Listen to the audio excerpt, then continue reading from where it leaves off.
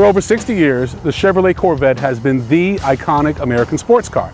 Now this is the end of the 6th generation Corvette, and usually when you get to the end of a certain vehicle and a new one is coming around the corner, they come out with some special editions, and that's what we have here. This is the Grand Sport.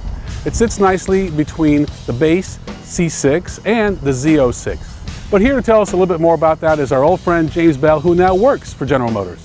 Well, thank you, Ron.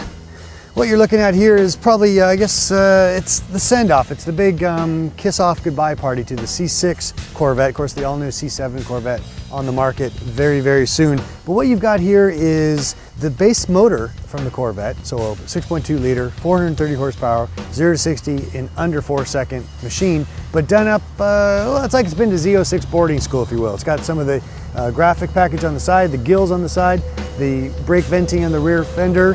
It's got that kind of stance and that aggression from the Z06 without the big monster motor. But that also means it's much more affordable. It starts at $56,000. But it does have the magnetic ride suspension, which allows it to corner at over 1G. And based on the smile on my face from driving it all day, I can tell you it's great. And mileage, I've been driving this thing like an absolute fool, and I'm still getting 16.8 miles per gallon. But you know what? That's Ron's job to tell you. I'm obviously biased, so let's see what Ron thinks about the way she drives.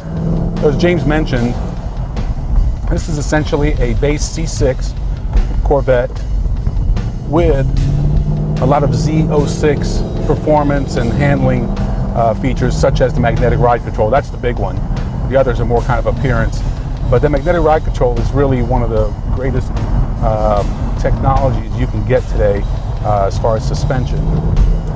Now, Corvette's got a great growl to it, has certainly a lot of cachet, but it also has some build quality issues. I'm just not excited about the interior. It doesn't look great. It doesn't even sound great. I hear a lot of creaking. You know, when you're spending $70,000, which that's how much this car cost as equipped, and that's a lot of money. So my recommendation is that if you can get this car right around $60,000, close to its base price, then it's probably a pretty good deal. But you know, once you're getting into the 70 with all the options, I don't think you need it. The navigation and heads-up display and whatnot. Overall, I like what they've done. It's a great effort.